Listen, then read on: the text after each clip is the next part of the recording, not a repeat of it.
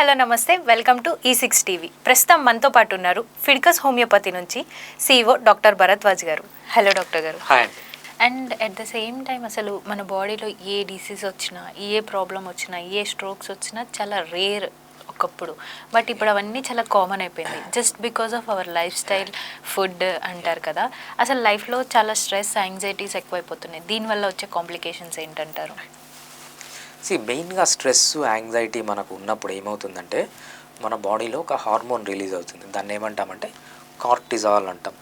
ఈ కార్టిజాల్ ఎప్పుడైతే మన బ్లడ్లో ఎక్కువ అవుతుందో, ఈ కార్టిజాల్ పని ఏంటి అంటే బ్లడ్లో గ్లూకోజ్ తెచ్చిపెట్టడం.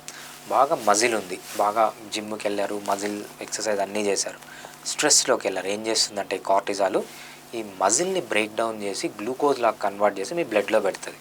ఎప్పుడైతే మీ బ్లడ్లో గ్లూకోజ్ అనేది ఎక్కువైపోతుందో ఇదంతా ఫ్యాట్ లాగా డిపాజిట్ అవుతుంది. ఎక్కడ డిపాజిట్ అవుతుంది? అబ్డామిన్లో డిపాజిట్ అవుతుంది, స్కిన్ కింద డిపాజిట్ అవుతుంది, హార్ట్లో డిపాజిట్ అవుతుంది, బ్రెయిన్లో డిపాజిట్ అవుతుంది.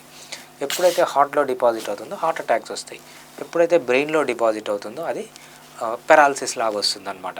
సో దీనికి అంతా రీజన్ ఏంటంటే ఈ కార్టిజాల్ అనే హార్మోన్. ఈ కార్టిజాల్ ఎప్పుడు పెరుగుతుంది అంటే స్ట్రెస్ ఉంటే కార్టిజాల్ పెరుగుతుంది. స్ట్రెస్ని తగ్గించుకుంటే కార్టిజాల్ తగ్గుతుంది, మీ హార్ట్లో బ్లాక్స్ తగ్గుతాయి, బ్రెయిన్లో బ్లాక్స్ తగ్గుతాయి. సో హెల్తీగా హ్యాపీగా ఉంటారు.